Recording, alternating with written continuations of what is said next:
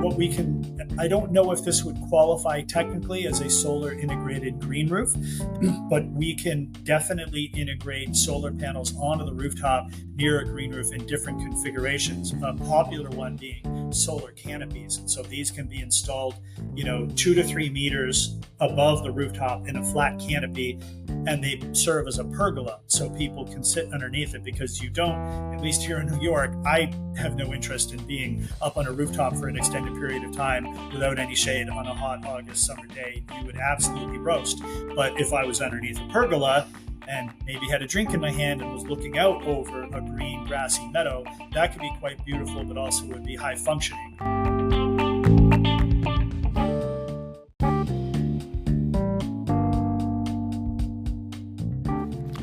Welcome to Rethink What Matters, the podcast dedicated to aligning the economy and ecology with everyone for improved business performance, stronger families, and a greener, cooler planet.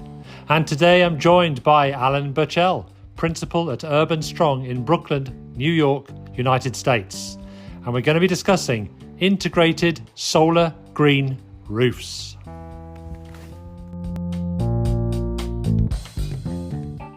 Hi, Paul. Thanks a lot for having me. It's great to have you here. Could you tell us about Urban Strong? Sure thing. So Urban Strong is a full-service green building firm based out of Brooklyn, New York, as you said, since 2014. What was your own personal journey then into solar green roofs? I previously worked in the utility wind space. I worked for a Spanish wind turbine manufacturer at their North American corporate headquarters in Philadelphia. I fell very much in love with the world of environmental sustainability. I wanted to get a little bit more entrenched. And so I moved up to New York City, where I studied at the Earth Institute out of Columbia University.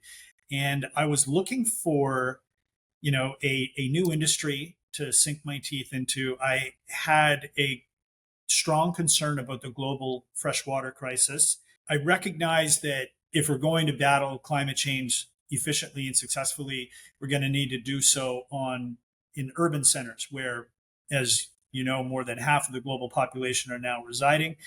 And frankly, I just like big cities. I also love nature. I'm just fresh off of a week-long camping trip in Northern Ontario with a bunch of my high school buddies. I just don't like the idea that nature and dense urban living are so separate. I don't think there's a need for them to be mutually exclusive. And in my studies at the Earth Institute, I came to realize that we actually can't afford for them to be so mutually exclusive. And in fact, a lot of the reasons we're suffering in urban centers is because we have very much pushed nature out. We've kept it at bay, when in reality, we need nature. Now, you don't have to be, a camper, hiker, tree hugger in order to benefit mentally and physiologically from a connection with nature. There's been all sorts of white paper studies done that show that we benefit from having a connection with nature, sightlines to nature, a walk through a park, or even something as simple as being able to look up and see vegetation. And so I found the world of green roofs and realized that they checked a lot of boxes, both in terms of energy efficiency, solving urban issues that are climate change issues plaguing urban centers. And it had my, the pet benefit of I get to work with plants and reintroducing nature into the built environment. Why did you then introduce a solar panel onto your green roof? So they started off separately at first. As much as I love green rooftops, vegetated roofs, they do have their limitations. They're not for every roof infrastructure. They're not for everybody's budget. And people sometimes underestimate just what a thorough, heavily engineered process green roofs are, the amount of maintenance that's required. They can offer extreme benefits for certain building types, some buildings more so than others. And so I started offering solar as an alternative at first, a separate alternative for those folks who wanted to do something green with their rooftop, whether it's reduce their footprint or improve, overall property values or improve building operating efficiency. And so we started selling solar panels, solar arrays. Then eventually people start asking, well, is there a chance that we can do both? And I was aware that out there in the market, namely out in Europe in particular, there were some technologies that were integrating solar and green roof together in the same footprint. So we set our sights on that, and fast forward a couple of years, and we now have a line of solar integrated green roofs that we're offering to the North American marketplace. Okay. So how popular are solar green roofs, say, in the US? They're definitely gaining traction. I mean, solar in the 1 hour that you and I may be talking, approximately 70,000 solar panels will be installed around the world, and that the train has very much left the station on that trend. Solar is everywhere. There's highly generous subsidies at the city, state, and federal level here in New York and in many cities and states around the country. Green roofs have a long way to go to catching up to the popularity of solar, but they very much on their way. They're really trending upwards. People are waking up to the benefits of integrating green infrastructure into their urban centers. And plants were trending before COVID, and now during COVID in particular, people started looking at their surroundings and evaluating how good their living environment and their working environment was for their overall mental health and physical health. And they started looking to integrate nature into their environment. And so the natural question started coming up. Well, hang on a second. Should I do a green roof or should I do solar? And we've seen a sharp uptick in the last, I'd say, 18 months for requests around solar integrated green roofs. Around the world, there's probably in the high hundreds, if not low thousands, of solar integrated green roofs. Okay, and does the solar benefit from being with a green roof, and does the green roof benefit from having solar with it? It does. So, contrary to what you would think, solar panels actually lose efficiency as the air around them warms up. And given that you're ideally pointing them at the sun all day, you can appreciate that up on a hot, sunny rooftop, the air there can get quite warm. And there's something on the spec sheet of every solar panel called the temperature performance coefficient.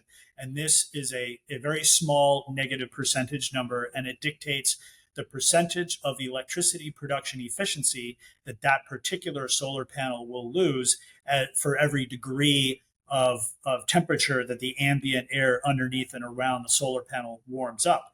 And this is no small number. In warm summer months and summer evenings and afternoons, solar panels can see losses of, up to 20, 23, 25% efficiency.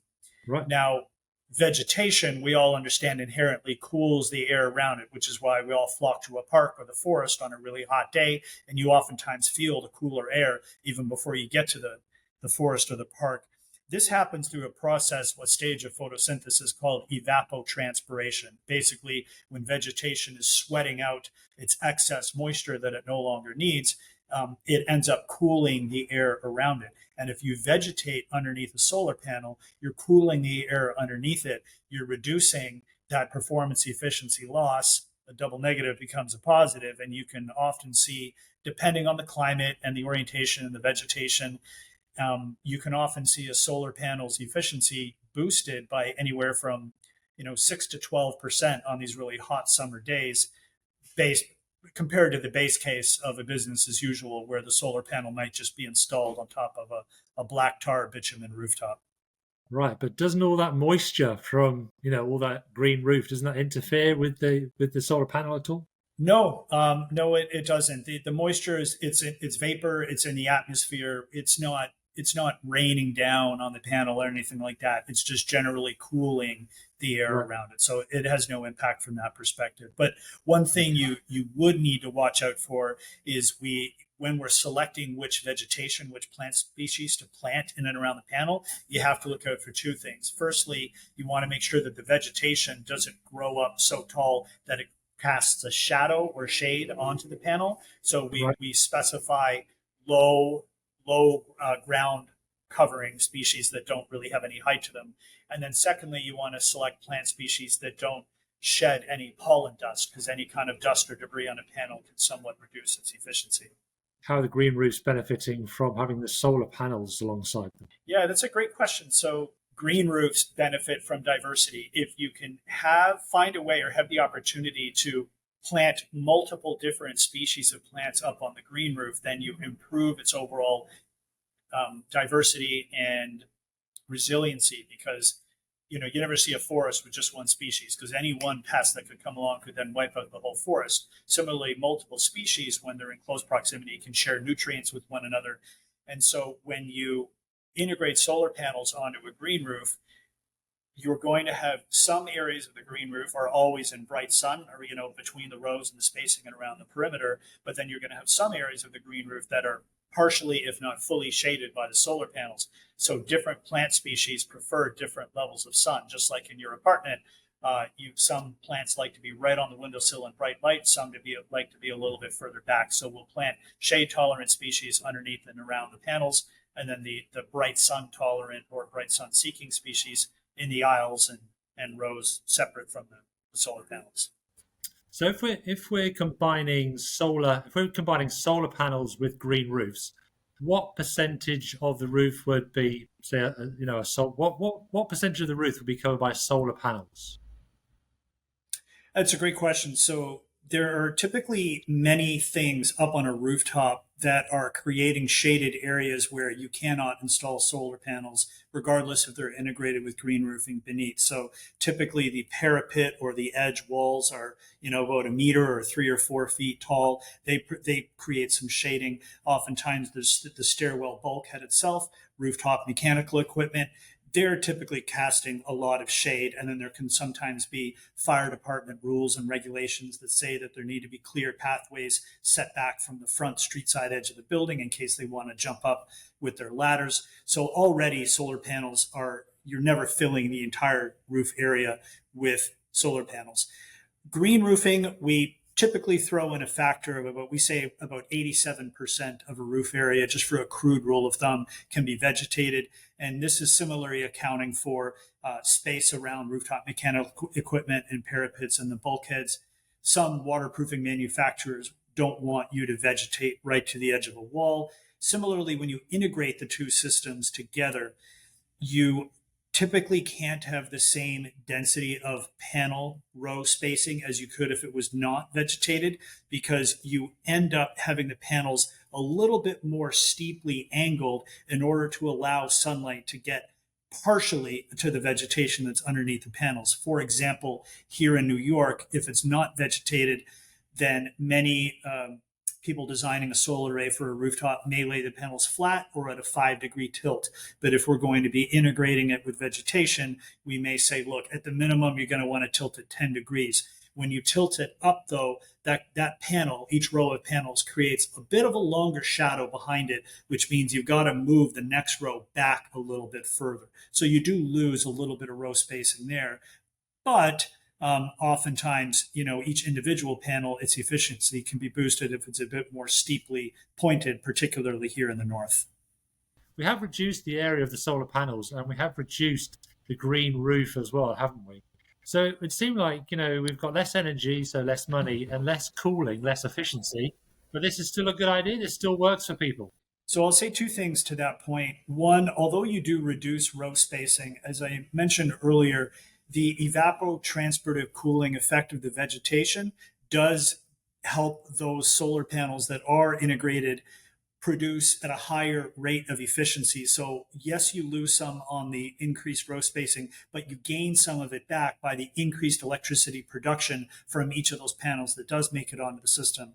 And then secondly, with the green, there's not so much green roofing lost because we just have the panels themselves don't take up much footprint and eliminate any greenery. As I mentioned, we're greening right up underneath the footprint of the solar panel and all around it.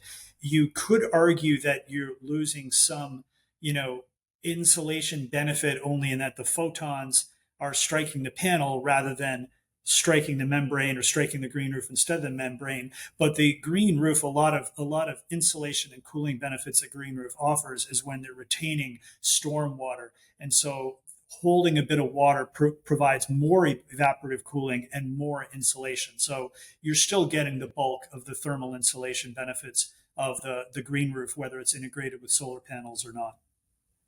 Brilliant. So you are really getting the benefits, aren't you, of both? You're getting the benefits of adding the solar panels as well as adding the the cooling of the green roofs as well.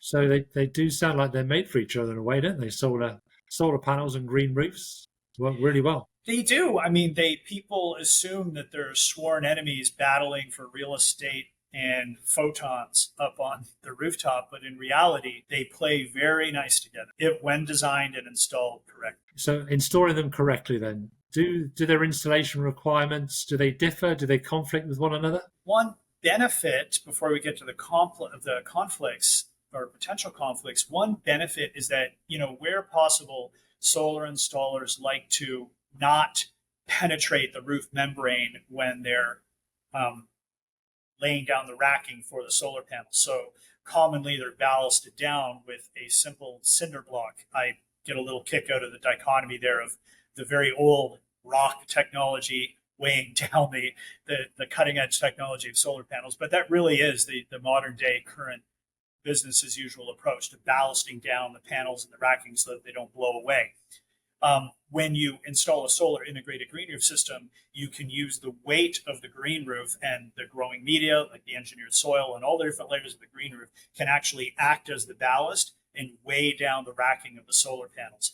And so that's a great opportunity. This then prevents the need to penetrate the roof membrane with any mechanical bolts or fasteners, which could then otherwise lead to a leak. Now, the fact is, one of the benefits of green roofs is that they sponge up and they manage storm water, and they hold it up on the roof in limited quantities that are highly engineered and very predictable.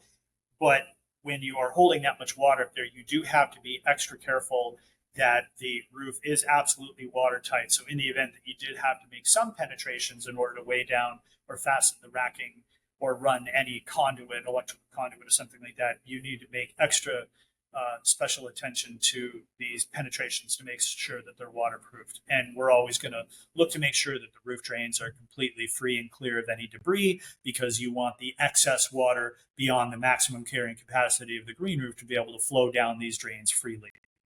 Okay. So you've got vegetation and plants that can grow underneath these solar panels. Mm-hmm. So is that creating a new sort of environment that otherwise wouldn't exist on these green roofs that perhaps is benefiting biodiversity? Yeah. So when you have these shaded areas underneath the solar panels, oftentimes that's not possible on a plain, open, bright, sunny green roof. So you are creating these zones, if you will, where you can select different plant species that otherwise wouldn't have been possible. And then when you have a variety of plant species up on the roof, it's sort of like hedging your bet and improving the overall resiliency of the system. So you can end up overall improving the biodiversity, getting different bugs, or it could attract different pollinators or migratory species or whatnot if you have a variety of plant species up on the rooftop.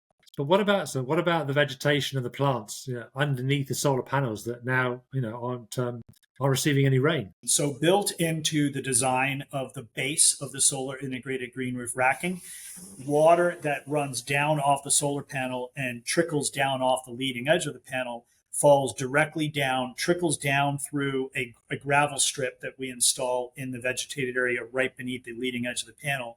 And this water is collected into the base tray of the integrated racking system. And into the tray are these designs, these little channels that allow the water to then flow backwards underneath the solar panel so that plants that are under there can receive irrigation and have their irrigation needs met underneath there. Does the maintenance increase, though, for the solar panels and the green roofs when they're combined like this? I would definitely say that solar panels are notoriously low maintenance, really there's no moving parts, there's nothing you have to do. When you integrate vegetation into a rooftop solar array, there is some added maintenance because all living systems do require some degree of maintenance. We design a solar integrated green roof to be as low maintenance as possible because a lot of the time they're not looking for high quality aesthetics with the vegetation as you would say for an amenity deck green roof. You're looking for performance, low maintenance, drought tolerance, and high levels of evapotranspiration. So we select vegetation that's not going to grow up, but it's still going to require a certain amount of weeding and maintenance, particularly in the beginning. Okay. And do you think it takes any special skills to install a solar panel on a green roof? I would say with a little bit of training, they could get there. We basically, when we first meet a new solar installer, we make it very clear to them that, we representatives from our team and our typical green roofers definitely need to be there for the first few installs to train them and get them up and running. It's green roofing is not just your run of the mill grade level landscaping. It is a very special art and science. There's several factors that you need to be careful of that maybe aren't really an issue down at grade. And so typically we on a project, we'll have a solar installer, the green roof installer, and then we will come in as the integrators and do a bit of construction administration and make sure that the systems are being installed in the right order, because the trades do have to come sort of stacked, first the green roofers, then the solar, then the green roofers again, then the solar folks come back. So there's a bit of orchestrating that goes with that. And typically that's not done by a single trade. So are solar integrated green roofs becoming a part of legislation in New York, if not elsewhere as well? They are not directly, but it's happening indirectly, because rules, for example, like here in New York City, we have the New York City Department of Environmental Protection's Unified Stormwater Rule. And without getting into the details, this is basically ratcheting up the requirements for not only for building owners to manage an increasing amount of stormwater that lands on their property, but it's stipulating that first consideration must be given to vegetative solutions for managing the stormwater, not just your typical gray infrastructure of underground cisterns and whatnot. So as certain rules are mandating, or at the minimum financially incentivizing, vegetated rooftops, or they're mandating, high levels of energy efficiency in a building or on-site renewable energy production, you're going to see these two opportunities or these two solutions clash or come together, where people are going to start realizing, wait a second, I can check two boxes at the same time, or I can have two different opportunities for energy saving or property value boosting or overall building performance improvement happening in the exact same footprint. So they are, as green roofs and solar are being driven up in popularity, the intersection of the two of them is raised as well. Okay, so is installing a solar green roof, does that take a lot longer than just installing a green roof by itself? Can these things be done in parallel? Much of the work can be done in parallel. I wouldn't say that it takes much longer, although it really cannot be done at the same time. So I would say that the sum of the parts is probably equal to however long it would have taken you to install the green roof plus however long it would have taken you to install the solar system. They do share materials. So in the list of materials of a solar roof and that of a green roof, there's some overlap in their Venn diagram there. So you could say that there's a reduction in time from not having to install entirely 100% separate systems. However, any time that's saved there is maybe then gobbled up by ensuring there's certain integrated elements that would have to be cared for and additional construction administration. So I think it all nets out to about the same time. Okay, and can you just give us a few ideas of the types of plants, the species of plants that work well? I think you mentioned it earlier, that work well on a green roof if there are solar panels.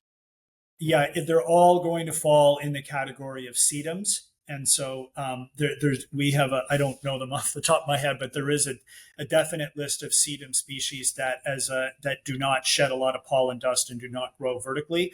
It still very much changes region to region. So wherever you're thinking about planting a green roof or even an at-grade garden anywhere in the world, typically we consult this map called a plant hardiness zone map.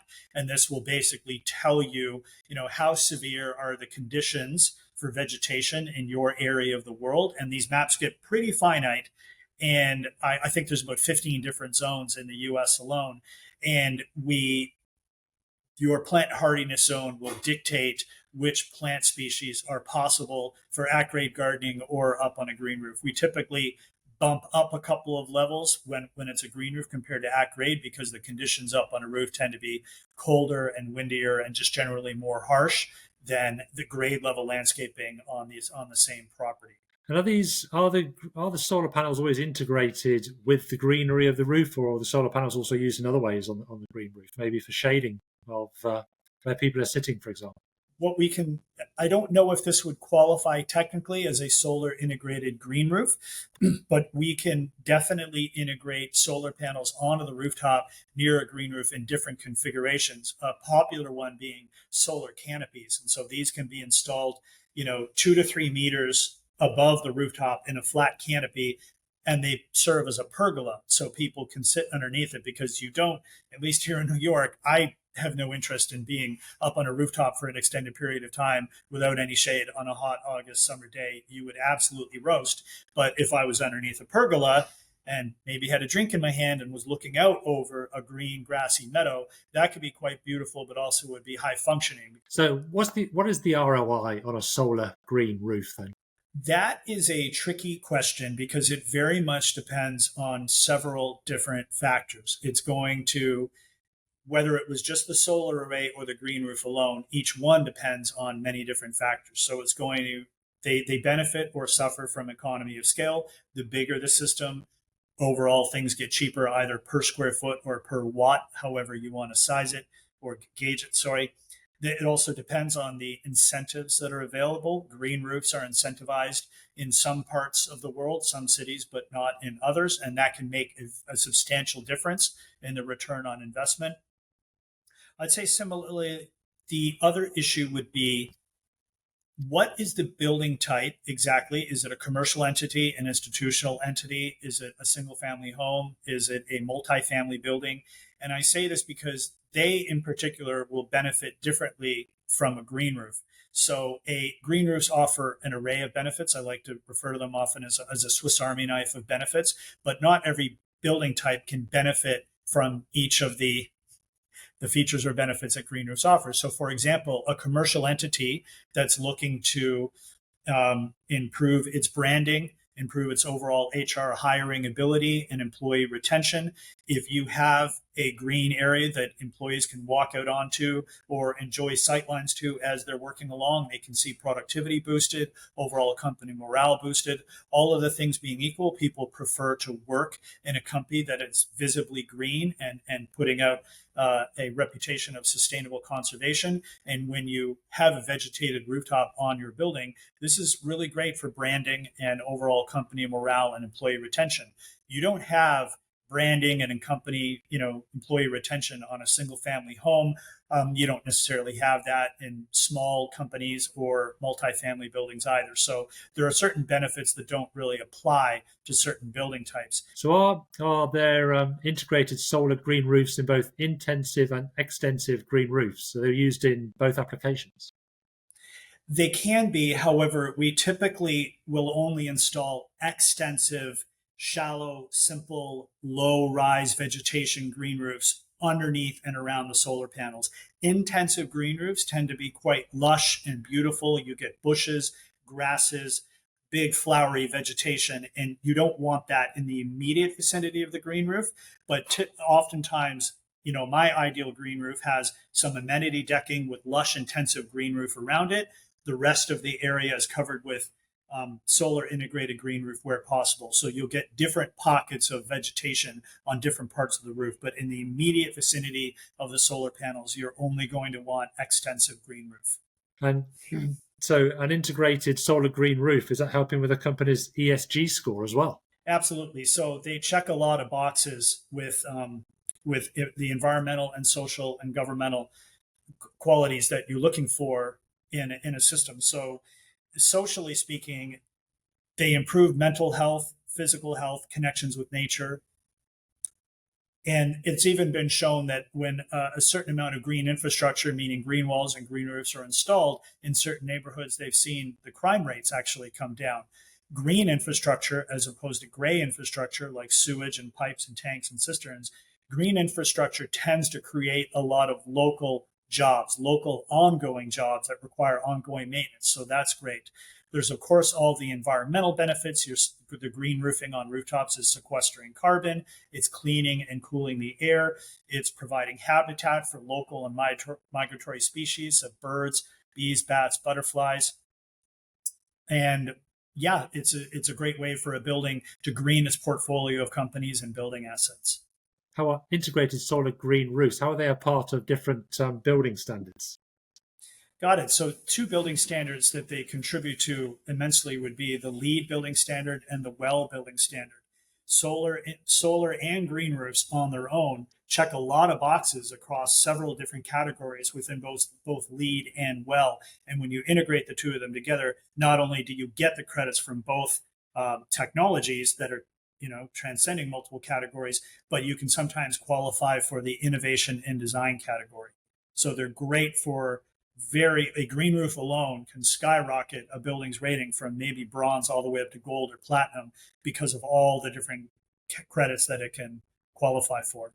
If you have an existing green roof, and maybe that green roof has been there for the last 5 years or 10 years or so, does it present any particular challenges to install solar panels afterwards? Unfortunately, I mean, anything's possible with the right amount of money. Unfortunately, most solar integrated green roof solutions, including ours, very much require that they be installed together at the same time because there's a bit of a layered effect. If you had an area of a green roof that you wanted to